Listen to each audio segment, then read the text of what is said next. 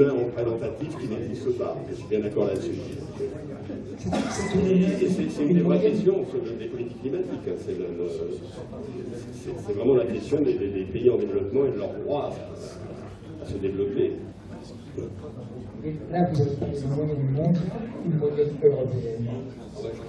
Vous venez pour répondre à la question précédente, c'était des moyennes mondiales ou des moyennes européennes.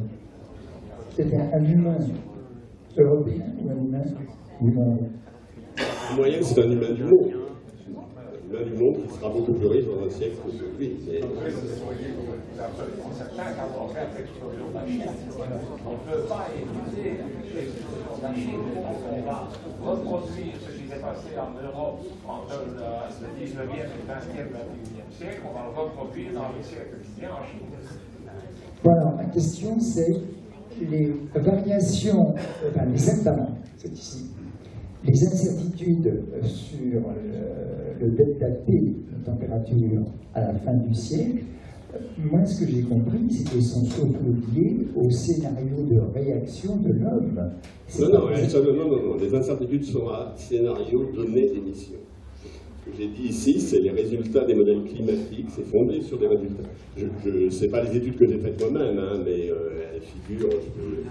C'est un scénario donné, les études sur un siècle de climatologues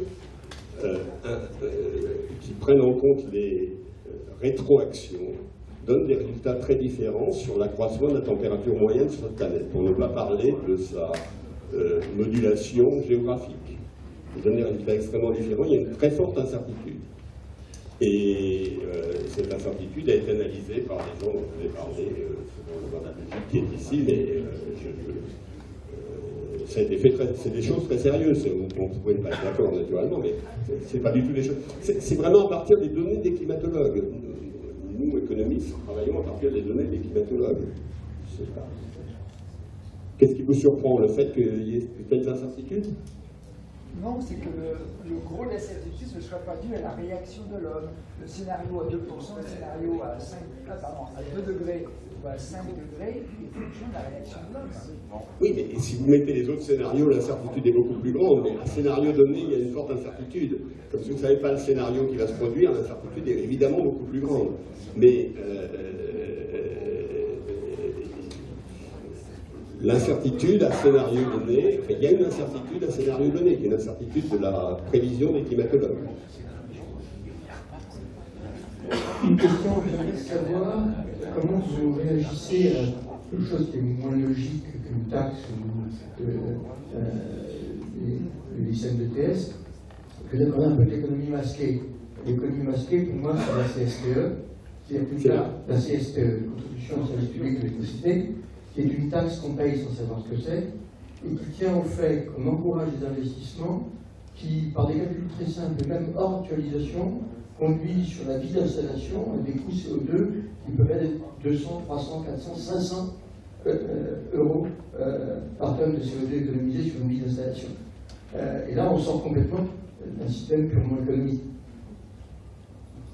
C'est-à-dire qu'on encourage, par le fait qu'on se fait payer directement par un consommateur sur l'utilise, des investissements dont le coût est extraordinairement élevé en économie de CO2. Donc le coût et pas le bénéfice. D'accord. Ça devrait être inclus dans la section de Non, mais je pense qu'un prix du carbone a des avantages et qu'il permet de rationaliser les investissements qui ralentissent ces émissions, bien entendu. C'est l'objectif. Hein. Si vous voulez un prix, c'est pour coordonner les actions des gens et faire qu'à effort donné, on ait le maximum de résultats. Le problème est que la CSE n'est pas un impôt sur le CO2. C'est un impôt sur la consommation d'électricité. Ça, c'est des émissions. S'il vous plaît. Sur la question des incertitudes, quand Nicolas Stern avait sorti son rapport, je crois que c'était en 2006, je m'étais intéressé, donc j'avais regardé un peu ce qu'il y avait dedans. Et bon, globalement, vous allez certainement me recadrer, mais ce qu'il avait dit, c'est que la maîtrise des changements climatiques pouvait aller jusqu'à coûter 1 à 2% du PIB si on bossait correctement. Par contre, le coût d'inaction, ça pouvait atteindre 10 à 15% du PIB. Donc lui, ce qu'il disait, c'est que oui, ça valait le coup, enfin, en gros, si je fais un résumé, ça valait le coup de maîtriser le réchauffement climatique. Voilà. Mais alors les gens lui avaient dit, oui, mais dans les 10 à 15% de coût d'inaction, il y a une énorme incertitude. Parce qu'on ne sait pas exactement ce qui va nous tomber dessus, ça va être des cataclysmes, des augmentations du niveau de mer, on ne sait pas exactement. Et il avait fait cette réponse très simple, c'est que ce qu'il disait, c'est que oui, on ne sait pas vraiment si on va devoir endurer toutes ces catastrophes. Ce qu'on sait, c'est qu'on va peut-être décider de dépenser 1 à 2% du PIB, et puis peut-être qu'on va les dépenser pour rien. Alors imaginons qu'on les dépense pour rien, et bien on aura perdu, entre guillemets, 1 à 2%. C'est pas très grave. Par contre, si on ne fait rien, et qu'on se prend plein pot les 15 ou 20% de PIB, là on va être très mal. Alors qu'est-ce que vous en pensez de ce raisonnement? Alors c'est la première partie que ça coûte 1 à 2% du PIB, il y a une forte habileté de présentation. Toute l'actualisation. Bon, je ne commencerai pas. Sur le raisonnement, je suis d'accord, ça coûte.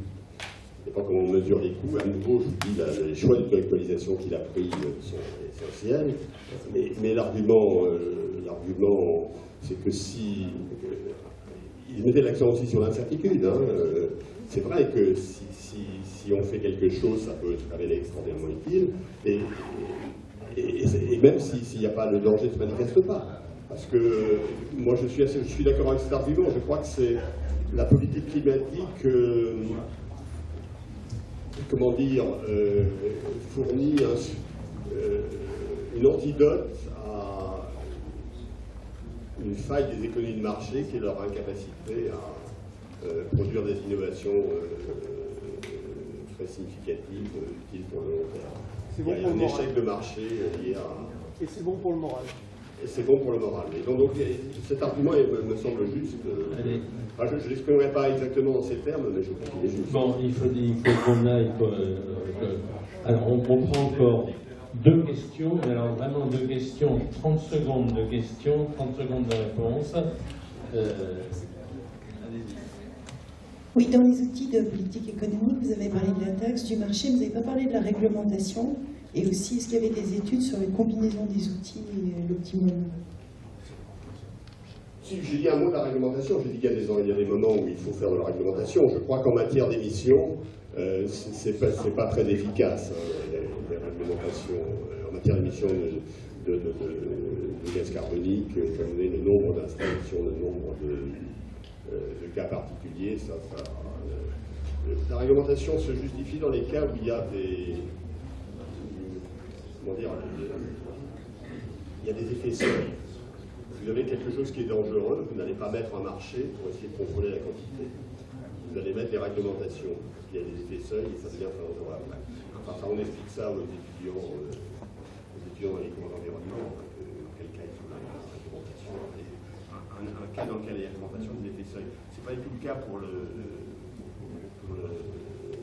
les émissions de CO2. Les émissions diffuses, etc.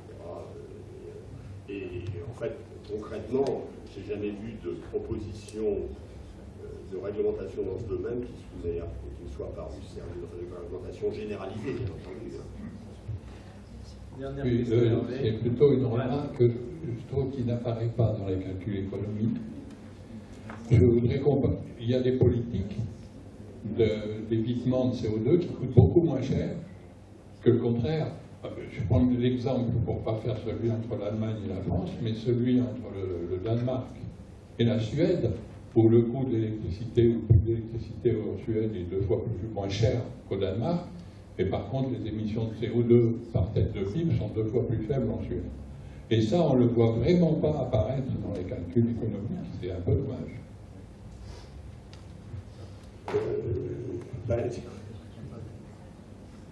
Ce que dit le calcul économique, s'il y a un prix, c'est qu'il faut faire les réductions d'émissions là où coûte le moins cher. C'est ça, c'est l'argument. Alors, je ne connais pas bien les cas de Suède et Danemark. Je sais qu'en Suède, il y a beaucoup de hydroélectriques, par exemple, et nucléaires. Donc, je crois que la Suède est le pays le plus vertueux en matière d'émissions de CO2, avant la France, je crois. Comment? Non. Mesdames, Messieurs, merci infiniment. Nous avons très exactement 1h15 pour déjeuner.